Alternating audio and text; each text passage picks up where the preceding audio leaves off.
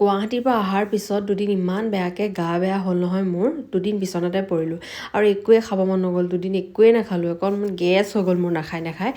তাৰপিছতে এয়া দেওবাৰৰ কথা অকণমান ভাল পোৱা দেখি উঠি মেলি এয়া খাবলৈ লৈছোঁ নগা টেঙা কেইটামান যে আনিছিলোঁ যোৰাপাটৰ পৰা, ফ্ৰিজত থৈ দিছিলোঁ, কেইটামানতো গেলিলেই। তাৰপিছতে শুকান জলকীয়া অকণ ধুনীয়াকৈ গুড়ি কৰি লৈ নিমখ সানি খালোঁ জ্বলাকৈ, বৰ ধুনীয়া দেই খাবলৈ নগা টেঙা। আগে পিছে খাই পোৱা নাছিলোঁ মই, কিন্তু খাই খুব ভাল পালোঁ। এতিয়া কওঁতে মানে মোৰ মুখৰ পৰা পানী ওলাইছে। তাৰপিছত দিনটো ঘৰতে সোমাই থকা দেখি সন্ধিয়া অকণ মেলা চাবলৈ যাওঁ বুলি ওলালোঁ, কিন্তু দেখিছে নহয় মানুহৰ যিহে ভিৰ, গাড়ীটোতো আমি ক'বাতে ৰাখিলোঁ, জানো ন জামত ফচিম বুলি, সেইটো কাৰণে। তাৰপিছত যেনে তেনে সোমালোঁ দেই। এয়া চাওকচোন ল'ৰা পোৱালি লয় আৰু এয়া মানে মাৰ্মেড শ্ব' আহিছে বোলে এবাৰ, তাকে অলপ দেখাওঁ বুলি গ'লোঁ, কিন্তু ইমান টিকেট কাউণ্টাৰত ভিৰ নহয়, মোৰ মানে তাইক লৈ সোমাবলৈ সাহস নহ'ল আৰু। পাছত আৰু ইয়াৰ ট্ৰেইন এখনত সোমালোঁ, আৰু পিছে কেছ নাছিলে, গোটেইখিনি মানে কেছে হৈ আছিলে, অনলাইন ব্যৱস্থা নাছিলে, যিহেতু মানুহৰ বেছি ভিৰ হোৱাৰ কাৰণে চাগে আৰু।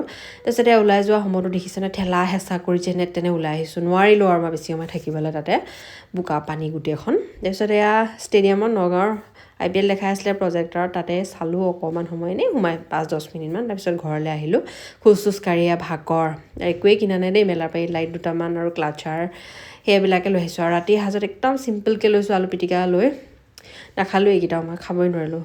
তাৰপিছত সেয়াই আৰু, চুৱেটাৰ পিন্ধা দেখি নাহাঁহিব দেই, গা বেয়া হৈ আছে।